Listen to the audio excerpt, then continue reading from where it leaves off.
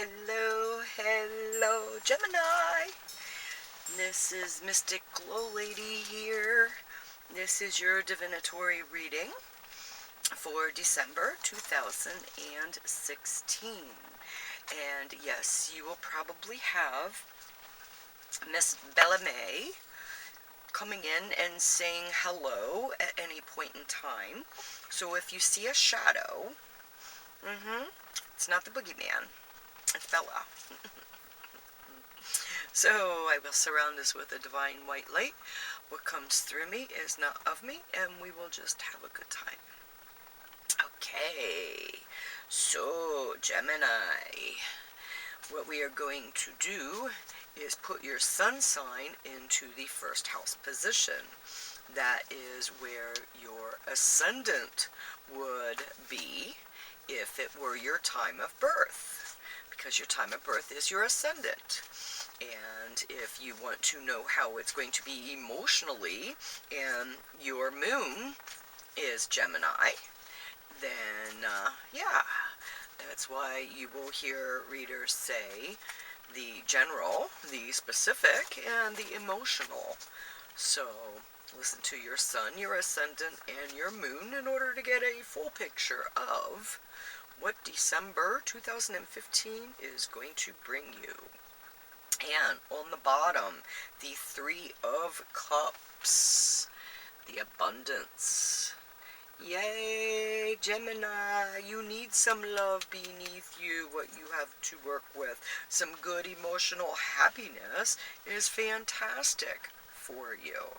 Okay, now you're going to have the full moon in your sign, and that will be on the 25th. Okay, and the full moon is going to be square Jupiter. So definitely think before you speak. Alright, now the full moon is a time of letting go. So when you need to speak of something in order to let it go, say what you mean what you say, don't say it mean, but those things that need to be said, say them. Okay? Now, in the second house of earnings, wealth, possessions, you have Cancer. And Cancer is that I feel energy. Okay? So, okay, you're right. Sorry about that. I got ahead of myself. I didn't give you the tarot card for the first house. And the first house is the universe. Ooh. Way cool. What is it that you be needing? What is it that you be wanting? What is it that you be creating? Very good. And then you have the Queen of Swords in the second house. The Cancer, the I feel. So what do you need to speak up and communicate? Now the second house is, your possessions, your wealth, okay, your earnings, your finances.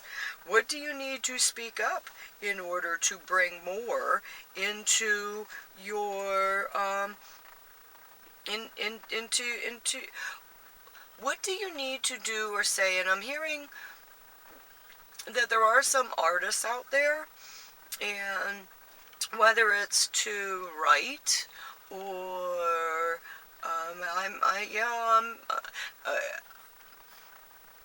even with artists, it's like write. What do you need to write? How do you need to communicate? That's a big thingy to get it out there, is what do you need to write, what do you need to say in order to communicate it out there. You have Leo in the third house, your third house of communication, short distance travel, and you have the Eight of Wands. Alright, what do you need to communicate in order to get it out there for work?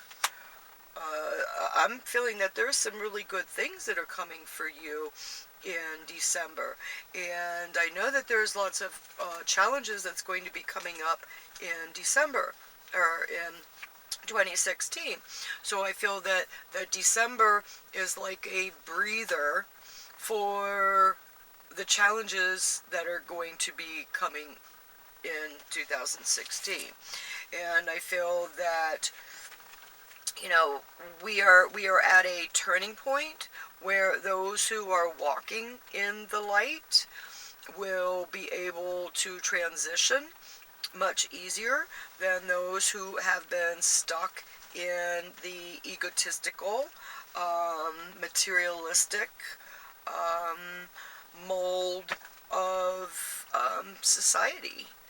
And, you know, have you been honoring your worth as other people see it, or do you know your worth and have been honoring it? Now, Jupiter in the 4th house of home, you know, the multiplying, and you have the love, okay? You're feeling the love coming from your home. You know, Jupiter's in there multiplying it, okay? And a lot of times, well, Jupiter in there in Virgo energy in your home, some of it just might be being grateful and learning to be grateful for what you do, because not everyone has a home, okay? So be grateful for what you do have. Now, in your 5th house, of fun, creativity, sex, children, you have Mars and Venus that are sitting in there. Now, Venus is going to be flying really quickly in December. It's going, you know, might start out in Libra, but on the 6th, it's going into Scorpio, and then at the end of the month, it's going into Sagittarius. So it's going to be flying, you know, 3 signs, 5, 6, and 7. 5, your fun. 6, your work health. 7, partnerships. Okay, so Mars is going to be staying pretty much in Libra. All right, well, in Libra, 10 degrees to the 28 degrees the whole month. All right, now we have the 7 of Swords. Don't be going out and having too much fun and blowing too much fun and, you know, thinking that, you know, this is where love, because you might be not happy in that. All right? Those of you with the, you know, going out and blowing too much money on people who aren't deserving, okay, the I desire, and you have the 7 of Pentacles, the success unfulfilled, and that is your health and work sector. So don't be going out and having too much fun, otherwise you're going to be paying for it, either financially through work or through your health. Okay, now in your partnership house, you have Sagittarius, and Sagittarius is, you know, it's enthusiastic, it's fun-loving. You have the Sun. Sun starts out there at 8 degrees. You have the new moon there. The new moon's there on the 11th at 13 degrees. You have Saturn, the teacher, that's there at 7 degrees. So at the beginning of the month, you have Saturn at 7, and you have the Sun at 8. So they're pretty much, you know, conjunct on top of each other. So the Sun conjunct Saturn, you know, it's like, who are you? And not just who are you, but who are you in this relationship? Now, you have the High Priestess. All right, you have a lot of energy, especially at the beginning of the month in your relationship house. So what kind of relationship are you building? You have the power to get that relationship, but don't sell yourself short, okay? Don't, you know, just get into a relationship with someone just because you don't want to be alone. Because I'd rather be happy single than unhappy in a relationship. Learning karmic, painful relationship lessons. Oh, no, thanks. Sorry, you can have them. I mean, if you want them, if you want that pain and misery, you know, that pain and misery is optional, but it's your choice. Okay? You know, some people like to stay in the pain and misery because it serves them. You know, are you one that you want to stay in the pain and misery because it's serving you? Now, Capricorn in the 8th house of other people's money, and you have Pluto in there. All right, what is that change and transformation that is going on? Now, you have Pluto square Uranus. You know, Uranus is over here in the 11th house, and I guess I'll wait a little bit before I get into that. You know, but it's not just there. You know, it's showing some intensity into that 5th house and the Mars and Venus. So other people's money, and you have the Ace of Pentacles, the new beginnings with. So it's like, cool, you know, inheritance, death, taxes, money coming in. Just watch that you're spending them or spending it in the right place. You know, too much excess is not good. In your 9th house, you have Aquarius. Aquarius is that I know energy. And you have the Prince of Cups. Okay, the emotions. What is it that you know? What are you? You must be going on a trip. There must be some type of a trip. Some type of a trip. And there again, what's that saying? You know, take a trip and you don't have to leave the farm. Because it's not just a physical, but even just taking, you know, going on an emotional trip is also good for you. Okay, hearing from people over the holidays is very good for you. Now, in your 10th house, in your career house, you have Pisces there, and you also have Neptune. All right, and Neptune is direct at 7 degrees. All right, your dreams, your vision. What are your career goals? Are you going towards them, or are you using them or the not getting there as an excuse to escape through alcohol and drugs? Right, because you have Neptune there. You're left to Neptune, that illusions and delusions. Or are you just going to be celebrating because you have the 9 of Pentacles? Alright? That material gain. The good stuff.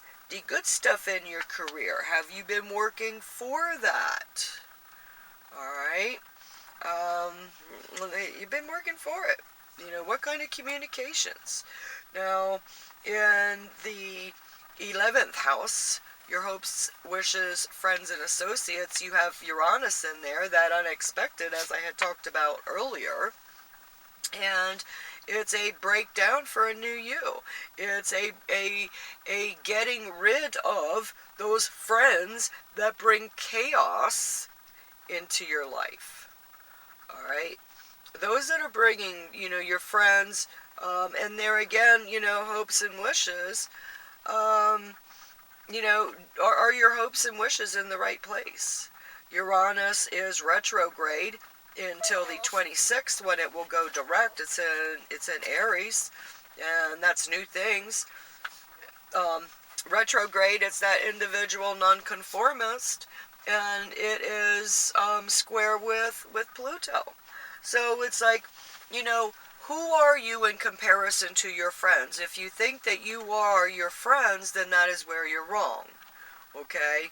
The good thing about bad times is that you find out who your good friends are, but don't think that you are who you are because of the friends that you have. It doesn't work that way. Excuse me. Alrighty. I feel it. Excuse me.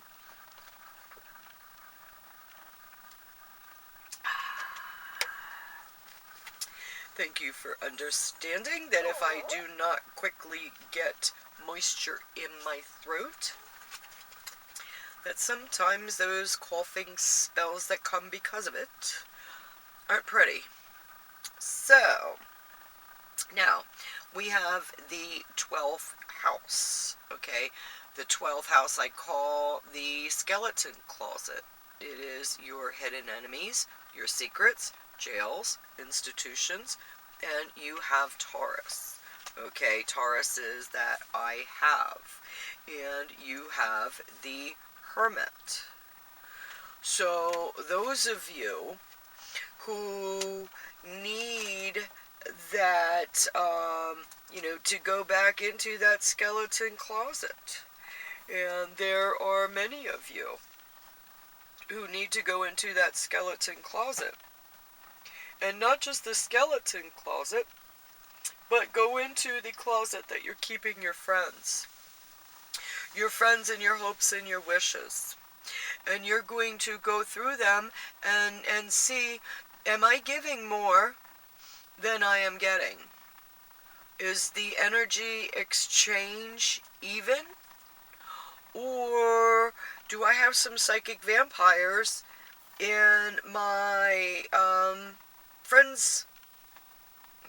Are some of your friends sucking your energy and you feel drained? And it's always like that. So your friends, if you're giving too much of, it will cost you physically also, because that outside manifests as illness within. So go through your friends, which ones are standing up for you and which ones are taking you down. Which ones are the ones that only want to go out and have fun with you and leave you with the bill. Those are not your friends. Those are users. Those are psychic vampires.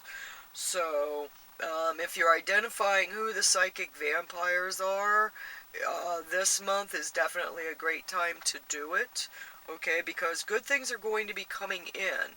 And, like I said about the good thing about bad times, is you find out who your good friends are. The bad thing about good times is everybody's your friend. So, yeah, Gemini, go through that closet and weed out those friends who are the good ones, because there's good times coming, and you don't want to reward the ones that just take, because that's all they're there for. They're just there to take. Remember who's the ones who were with you during those bad times, because those are the ones that you want to keep with you. Because those are the ones who wouldn't take a dime, because they just like you, they just want to be your friend. It's not what you have, it's who you are. Okay? So, Gemini, see you, love you, bye!